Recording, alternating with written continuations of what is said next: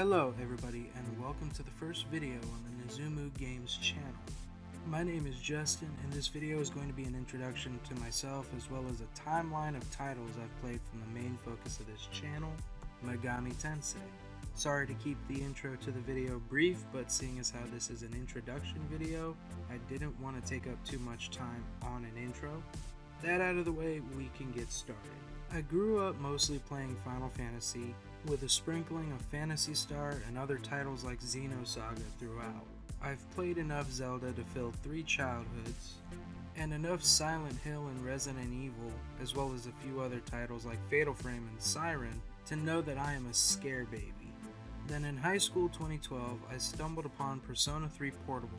Little did I know that just playing that game would end up shaping the games I would play in my adult future. I say adult future because I play a few hours of it, loved it, and then filed it in the cabinet of distant memories I would reflect on now. Matter of fact, I wouldn't touch another Megami Tensei game until the summer I turned 19, where I picked up Persona 3 again and Shin Megami Tensei Devil Survivor Overclocked, which opened me up to what would become my all-time favorite series. I have to say, I'm glad I did. From there, I played Shin Megami Tensei 4, 4 Apocalypse, Shin Megami Tensei 3, Persona 4, 5, and Revelations, Shin Megami Tensei Devil Survivor Record Breaker, Shin Megami Tensei Devil Summoner, the Persona 2 duology, and Demikid's Black Book, as close to that order as I can remember. A few of these, namely the Devil Survivor duology, are still incomplete. I'm working on them, but SRPGs don't hold my interest. I'm sorry, I really am, they just don't hold my attention. Hell, the longest I've played on one was Yu Yu Hakusho Ghost Files, Tournament Tactics, and that's because Hiei and Kurama... okay, point made. Selling you on these games, I don't know where I could start. Almost everything I've experienced with these games is nothing less than stellar. Notice I say almost, but we'll get to that a little later. Each game, from the art to the music to the gameplay, just exudes style and individuality right down to the core. In Nocturne, during the cutscene where the conception happens, I couldn't help but think that there was beauty in the end of the world. That particular cutscene was just so gorgeous, made the end of the world almost seem like a comfort, and the music complemented the visuals in such a way that I thought, we're fucked, but that's okay. The cutscene during Demon Fusion was much the same way. 2 demons dissipating almost looked peaceful, while the combination and birth of a new demon looked painful in a way. Like you get this gentle, just particle effect when both demons are being destroyed essentially, and then when they reconvene, it's in like this sharp, jagged flash of lightning, and everything goes bright, and there's your new demon. What I played of Overclocked had this air of realism to it that I couldn't really match to another game I played. Your main protagonists acted exactly as they should have in an apocalypse scenario. Completely fucking panicked, thinking of their lives and how they'd never be the same. That their daily lives absolutely down the shitter because they could die that very day. No, that very hour. None of them immediately thought, the world is going to shit. Time to step up and hero this shit out, and that's extremely relatable. Most of the other main characters thought of small things to keep the peace, like Haru putting on a live show, or Kaido taking his gang and protecting the citizens from all the demons that are just running amok, and demon summoners who are, turning their backs on the city they call home. This game gave me a realistic scenario of what would actually happen if demons were to start running amok and the apocalypse was to go down, and that true representation is what makes this game phenomenal ultimately, at least the little bit that I played. I can promise you guys I will complete that game. I just hate strategy while playing games.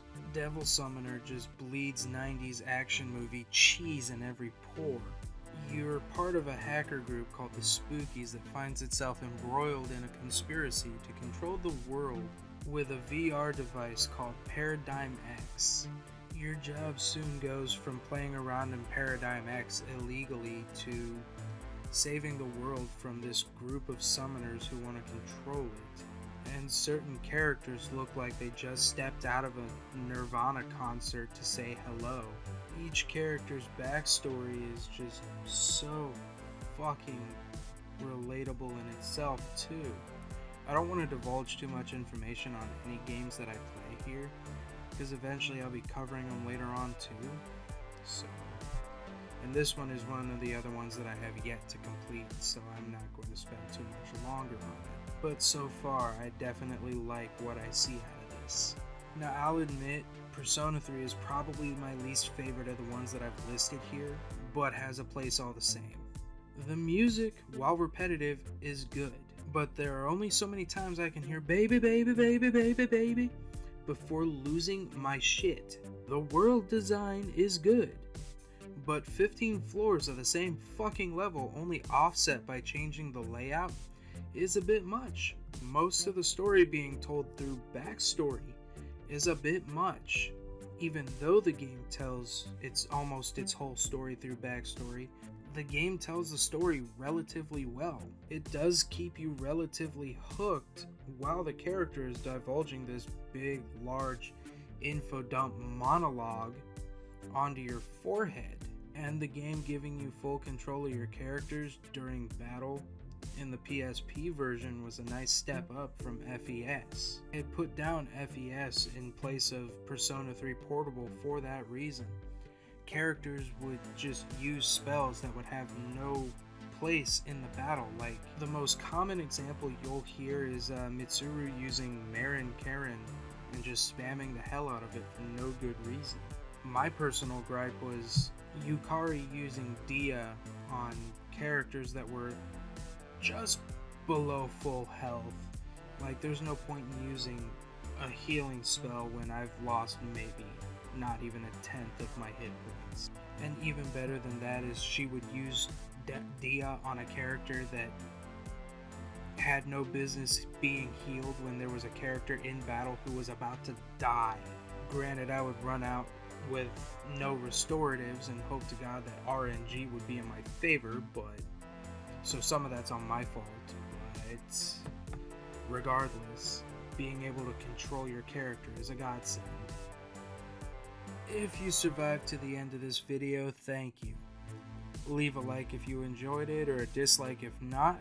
If I've convinced you to buy a Shin Megami Tensei or a Persona game, awesome. I think you'll enjoy it. Eventually I will have a Facebook and a Twitter page up for this channel. Links will eventually be in the description below. And hey, why not drop a subscription if you want to see where this channel is going to end up going. Thanks again. You guys enjoy the rest of your time. Be that evening, morning, day, lunch. I will see you guys later.